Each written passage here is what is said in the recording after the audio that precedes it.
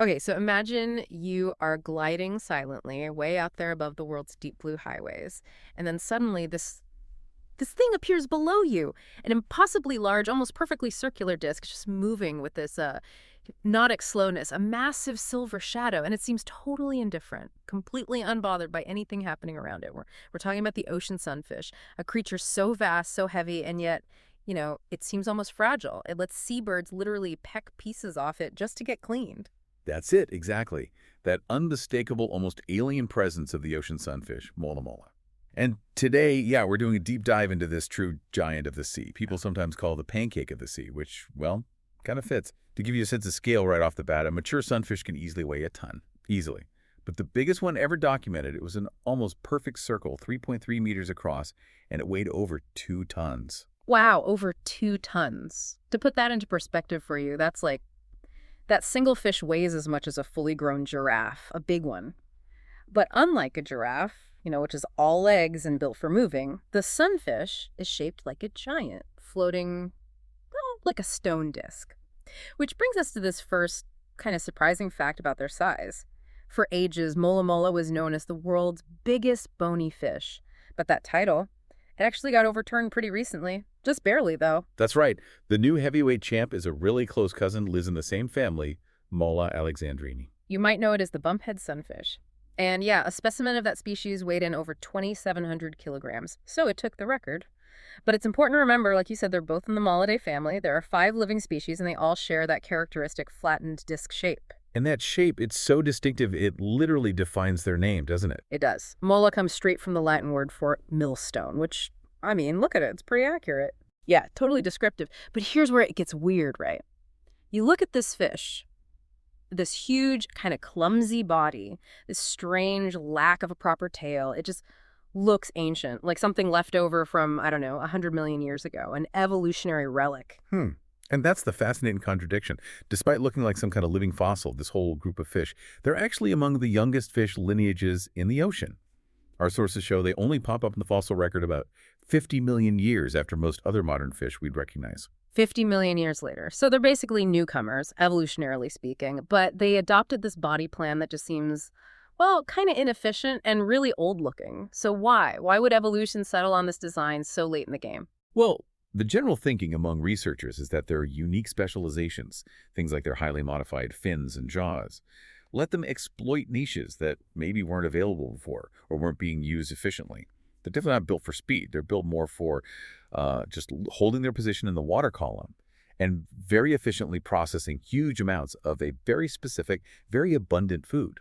Okay, we'll definitely get to the food source. But first, that look, you said alien, but they also have this kind of famously derpy appearance. Is that fair? These big bulging eyes that look kind of vacant, and then the mouth, those 4 little beak-like teeth that don't quite meet, it gives them this look like they're perpetually confused, just drifting along, like a forever mouth breather.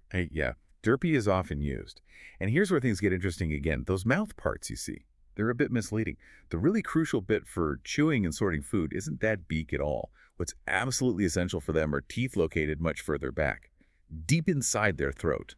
They're called pharyngeal jaws. Pharyngeal jaws, right. You hear about those in moray eels and some other fish. So what's the deal with them in sunfish? How do they use them? Yeah, and the really cool part is that these throat teeth evolved totally independently in lots of different bony fish groups, including sunfish. It's a great example of convergent evolution. They basically act like a second mouth, or maybe like a built-in food processor back there. Since sunfish eat mainly really soft, squishy stuff, you mentioned jellyfish, also things like siphonophores, these pharyngeal jaws are perfect for trapping, shredding, and then swallowing those big, slippery meals. Okay. So the beak kind of sucks the food in, but the pharyngeal jaws do the actual work of processing it. Gotcha. And since jellyfish are mostly water, maybe with some grit or other stuff mixed in, the sources mention something about their mouth being used for defense, too, in a weird way. Yeah, exactly. Right. Once they've sucked in a mouthful of jelly, they can actually jet any unwanted bits, sand, maybe tougher pieces, excess water back out of their mouth pretty forcefully. And this jetting action, it can actually double as a kind of defense mechanism. It's maybe enough to startle a smaller predator, give them a chance for a super slow escape. Super slow escape. Yeah. Yeah, quick getaways are definitely not their thing. Which leads us to their speed, or, the shocking lack of it. You'd think a 2-ton fish could generate some serious thrust, right? But this creature seems almost defined by how slow it is. It really is. Their top recorded speed is, hold on to your hat, 3 kilometers per hour. 3 kilometers an hour. You could easily swim faster than that. Easily. Oh, absolutely. It's almost like their huge size works against them in terms of efficient movement, and they seem to be swimming through molasses. So if they're that slow, basically just a giant floating meal ticket, how do they move?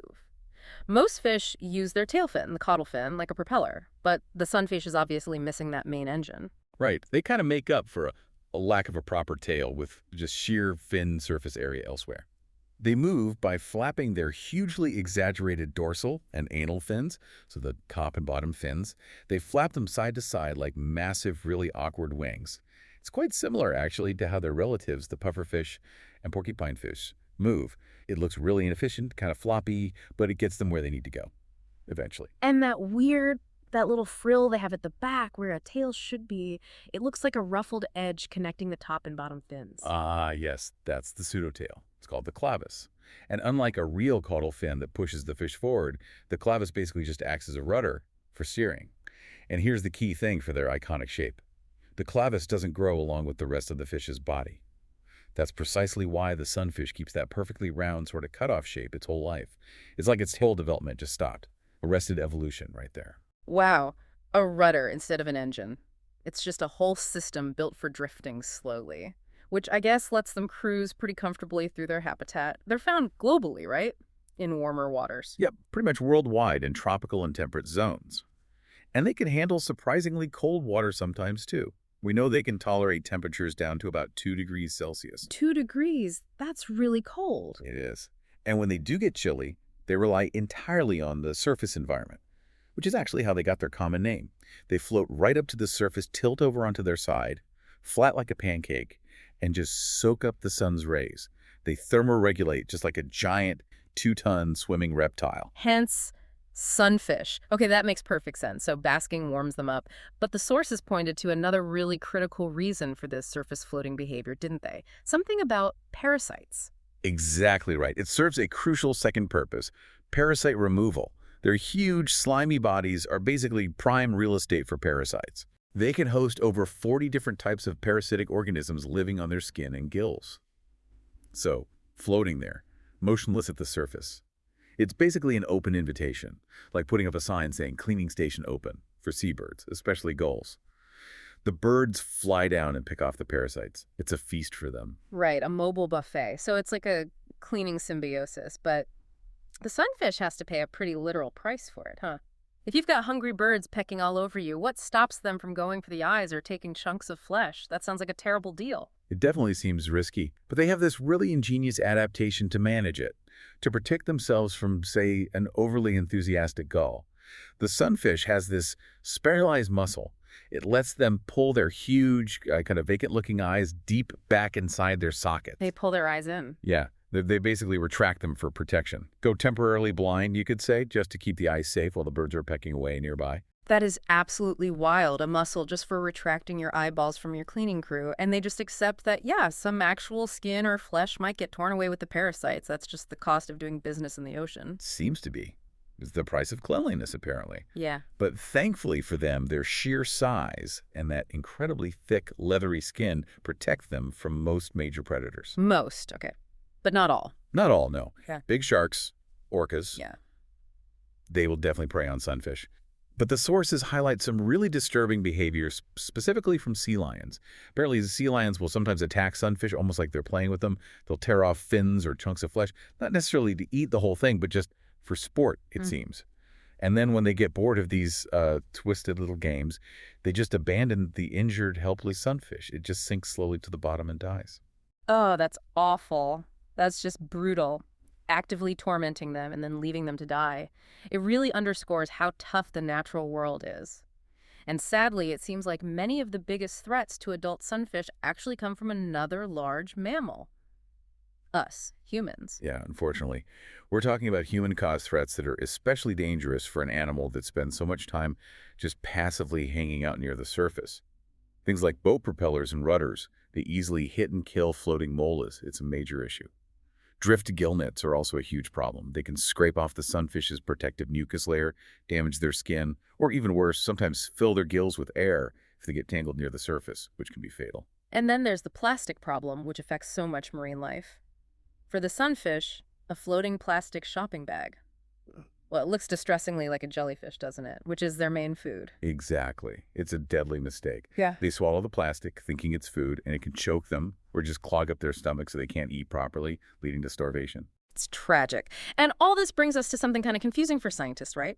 Given how big they are and how often they're seen at the surface, you'd think we'd know tons about them. But apparently not. That's the surprising thing. Despite being relatively easy to spot, research is actually quite limited. We have these huge knowledge gaps. We don't really know how fast they grow in the wild, for instance, or how long they typically live. We don't have good estimates of their global population sizes either, mainly because they live out in the vast open ocean, which is just hard to study systematically. And critically, we still don't even know where they go to spawn. Where do these giants gather to reproduce? It's still a major mystery. A huge reproductive mystery. Yeah. However, we do know one absolutely staggering fact about their strategy for survival, something that seems designed to overcome all those unknowns with just sheer mind-blowing numbers. Okay. A single female sunfish can lay up to 300 million eggs in one breeding season. Wait, 300 million eggs from one? 300 million. It's thought to be the highest number of eggs produced by any vertebrate animal on the planet. That number is just... It's almost impossible to grasp. They're basically playing the lottery on an astronomical scale, sacrificing any kind of parental care for just pure quantity. And the babies, they start out incredibly tiny, right? Like little specks. Incredibly tiny. They hatch as larvae that are less than half a centimeter long. They look nothing like the adults. They're spiky little things. Wow. And that right there is the great alluring mystery we're still trying to piece together. How do even a few of those microscopic, incredibly vulnerable larvae manage to survive? How do they navigate that gauntlet of predators and challenges in the vast open ocean to eventually become these 2-ton behemoths we see drifting around? It's a survival strategy built entirely on overwhelming odds in an impossible environment. So let's recap what we've learned about the mola mola for you. It's a fish that holds the title for the heaviest bony creature on Earth, yet it moves slower than you can swim. It looks like some kind of ancient artifact, but is actually an evolutionary newcomer. It willingly offers up parts of its body to birds just to get clean, pulls its own eyes into its head for protection, and tries to ensure its future by laying hundreds of millions of eggs, all while facing increasing threats from things like plastic bags and boat propellers. It's just a stunning package of contradictions. And if we connect this back to the bigger picture for you, think about it. That incredible strategy, laying 300 million eggs, hoping just a couple make it from microscopic larva to 2-ton giant, it really highlights the sheer brutal difficulty of just surviving out there in the open ocean. It really makes you wonder, doesn't it? In a world with more and more plastic pollution, more boat traffic, more fishing nets, given the already staggering odds against their young, will even that almost unbelievable reproductive effort be enough? Will it be enough to sustain their unique, peculiar, and frankly wonderful population into the future? That is a phenomenal and slightly worrying question to end on. Thank you for joining us on this deep dive into the truly weird and wonderful world of the mola mola. We'll see you next time.